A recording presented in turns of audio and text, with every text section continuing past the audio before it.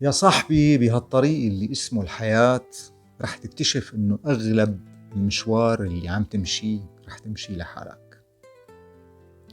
بتفوت محطات بهالدنيا لحالك وبتطلع منها لحالك، والناس اللي بيمروا بطريقك لو كانوا غاليين أو قريبين منك بضلوا عابرين، يمكن يتركوا بصمة أو درس أو يمكن وجع، وبيكفوا طريقهم. ومع الوقت رح تتعلم إنه أغلى رفقة هي رفقة حالك، وإنه أقوى خطواتك هي اللي مشيتها بلا ما تنطر حدا. فكون سندك وكون قوتك وكفي طريقك، لأنه هالرحلة ما بيكملها غيرك ولا بيكملها أي شخص عنك ولا بدالك. وصلت؟